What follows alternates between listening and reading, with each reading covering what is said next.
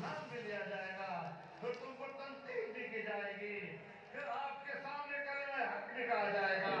اور آج بھی ہم آپ کو مہلت دیتے ہیں، آپ ان کے پشتیبانی سے پیچھے ہٹ جائیں، دستبردار ہو جائیں، اور آپ کہہ دیں کہ یہ ہماری حکومت نہیں ہے، آپ اس حکومت کے خلاف آواز ہمارے ساتھ اٹھائیں، پھر ہم اور آپ بھائی بھائی ہیں۔ آپ سیاست میں کیوں آتے ہیں؟ آپ اپنے دفاع سے کام رکھیں، دفاع کام کریں گے تو ہم آپ کے ساتھ ہیں۔ نعرہ تکبیر! ہم لے کے رہیں گے، ہم لے کے رہیں گے، ذرا ساتھ سے بولو، لڑکا سے بولو، سب مل کے بولو، بلاول بولے، مریم بولے، مولانا بولے۔ آپ دھاندلی کریں، وہ جرم نہیں، ہم دھاندلی کے خلاف احتجاج کریں تو آپ ہم سے خفا ہوتے ہیں، پھر خفا نہ ہونا، پھر برداشت کرنا۔ لیکن بڑی وضاحت کے ساتھ کہہ دینا چاہتا ہوں کہ 2 سال کے عرصے میں تم نے پاکستان کی معیشت کو تباہ کر دیا ہے، اور جب کسی ملک کی معیشت گرتی ہے تو پھر وہ ریاست باقی نہیں رہ سکتی۔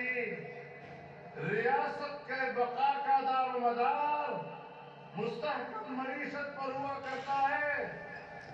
جب ہم حکومت چھوڑ رہے تھے اور نئے الیکشن کی طرف جا رہے تھے تو ہم نے بجٹ میں کہا تھا کہ آئندہ سال اس ملک کی ترقی کا تخمینہ 5.5% ہوگا، اور اس سے اگلے سال ترقی کا تخمینہ 6.5% ہوگا۔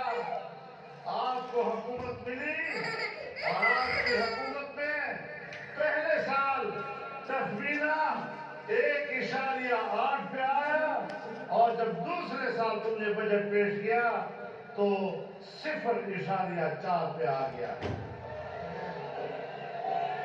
اور اسٹیٹ بینک آف پاکستان نے 3 روز پہلے اپنا بیان جاری کیا ہے کہ سن 1951-52 کے بعد پاکستان کی تاریخ میں پاکستان کا سالانہ بجٹ 0.4 پر آیا ہے، یعنی اگلے سال میں آپ کی ترقی ہی نہیں، اور اس سے اگلے سال بھی کسی قسم کی کوئی ترقی نہیں۔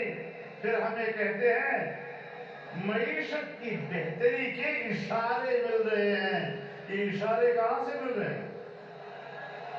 یہ کس چیز کے اشارے ہیں؟